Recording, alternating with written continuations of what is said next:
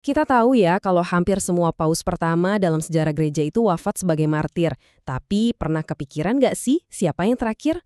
Ternyata kisahnya bukan dari zaman Romawi kuno loh, tapi dari tengah-tengah konflik sengit antara iman dan kekuasaan kekaisaran. Nah, ini dia kisah tragis Paus Martinus pertama, seorang pemimpin yang rela mati dalam pengasingan dan bahkan dilupakan oleh umatnya sendiri. Jawabannya membawa kita mundur jauh banget, hampir 1400 tahun ke masa lalu. Ke sebuah era di mana iman masih bisa jadi alasan hukuman mati, bahkan buat seorang paus sekalipun. Namanya adalah Paus Martinus pertama. Yuk kita lihat gimana ceritanya sampai ia mendapat gelar martir terakhir. Oke, untuk bisa benar-benar paham pengorbanan Paus Martinus, kita harus lihat dulu dunia yang dia hadapi waktu itu. Menjadi paus di abad ke-7 itu artinya memimpin di tengah badai-badai politik dan juga teologis. Martinus ini adalah seorang imam yang terpelajar dari Roma. Dia dikenal karena kesalehan dan pengetahuannya yang luas.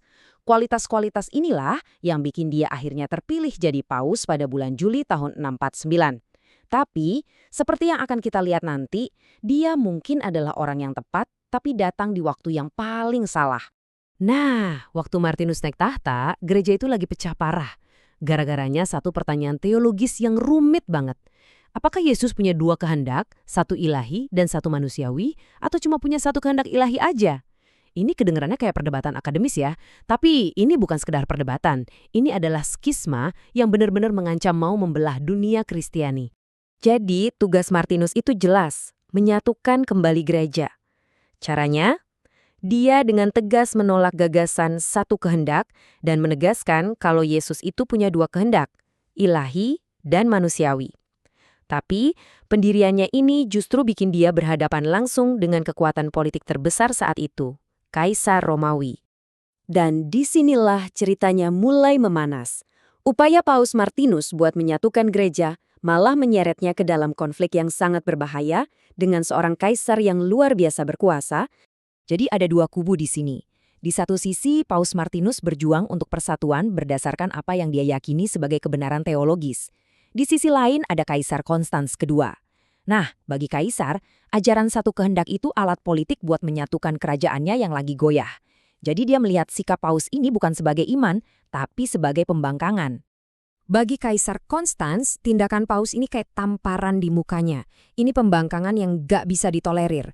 Kaisar yang berkuasa di Konstantinopel, yang gak akan mau dong membiarkan seorang Paus di Roma menentang kehendaknya. Jawabannya, tentu saja, cepat dan brutal. Respons Kaisar itu lebih dari sekedar kata-kata. Dia mengerahkan seluruh kekuatan kekaisaran buat membungkam Paus Martinus. Dan ini jadi awal dari babak penderitaan yang panjang dan sangat tragis. Coba deh bayangin kejadiannya. Pasukan kaisar menyerbu masuk ke jantung kota Roma. Mereka bukan cuma melanggar kedaulatan kota, tapi juga kesucian gereja. Mereka menyergap Paus Martinus tepat di altar Katedral Lateran, padahal kondisinya lagi sakit parah loh. Tapi dia tetap diseret keluar dan dipaksa naik ke kapal untuk perjalanan yang menyiksa ke Konstantinopel. Di Konstantinopel, penderitaannya makin menjadi-jadi. Selama 3 bulan, dia mendekam di penjara yang dingin. Makanan dan minuman hampir nggak dikasih. Dia bahkan nggak diizinkan untuk membersihkan diri. Puncaknya, dia diseret ke pengadilan, dipermalukan di depan umum, dan divonis hukuman mati.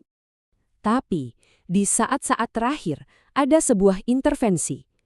Patriark Paulus dari Konstantinopel memohon-mohon ke Kaisar untuk mengampuni nyawa Paus. Permohonannya dikabulkan. Hukuman mati memang dibatalkan, tapi diganti dengan sesuatu yang mungkin lebih kejam. Pengasingan seumur hidup di tempat yang sangat terpencil. Iya, hukuman mati dibatalkan, tapi nasib Martinus mungkin jadi jauh lebih buruk. Dia bukan cuma diasingkan, tapi juga seolah-olah dihapus dari ingatan, ditinggalkan dan dilupakan sepenuhnya. Lini masa ini nunjukin akhir hidupnya yang sepi banget. Pada bulan April tahun 654, dia tiba di tempat pengasingannya di semenanjung Crimea. Sebuah wilayah terpencil, ya di ujung dunia lah kalau untuk ukuran zaman itu. Di sanalah, ribuan mil jauhnya dari Roma, dia akan menghadapi ajalnya sendirian. Penderitaan fisiknya itu luar biasa, tapi dari surat-suratnya kita tahu kalau penderitaan batinnya itu jauh lebih menyakitkan. Dia menulis bahwa dia merasa teramat sedih telah dilupakan oleh umatnya di Roma. Dia tahu banget alasannya. Mereka semua terlalu takut sama Kaisar untuk membantunya. Pengabaiannya itu benar-benar total. Dalam suratnya, dia sampai memohon bahkan untuk kebutuhan paling dasar seperti jagung atau minyak. Tapi itu semua nggak pernah tiba. Ini potret yang menyedihkan banget dari seorang pemimpin yang ditinggalkan untuk mati kelaparan, sementara umatnya dia membisu karena ketakutan politik. Jadi, apa warisan abadi dari seorang paus yang wafat dalam kondisi terbuan dan terlupakan ini? Bagaimana bisa kekalahan total justru menjadi sebuah kemenangan? Selama 2 tahun yang panjang, 2 tahun dalam penderitaan, kelaparan, dan kesendirian total yang pelan-pelan merenggut nyawanya, sekitar tahun 655, Paus Martinus pertama wafat karena kelaparan. Nah, karena dia menolak untuk menyerah pada keyakinannya di bawah tekanan kaisar dan wafat sebagai akibat langsung dari penderitaan itu, gereja pun menghormatinya sebagai seorang martir. Coba deh, pikirkan soal ini. Lebih dari 1.300 tahun telah berlalu, dan Santo Paus Martinus pertama tetap menjadi paus terakhir yang dihormati sebagai martir. Kisahnya adalah pengingat abadi tentang betapa mahalnya harga sebuah keyakinan. Kisah Paus Martinus ini meninggalkan kita dengan sebuah pertanyaan yang tak lekang oleh waktu. Saat prinsip dan keyakinan berbenturan dengan tuntutan kekuasaan duniawi, seberapa jauh seseorang harus berkorban? Ini adalah pertanyaan yang terus bergema sepanjang sejarah, dan kisah Martinus adalah salah satu jawaban yang paling kuat.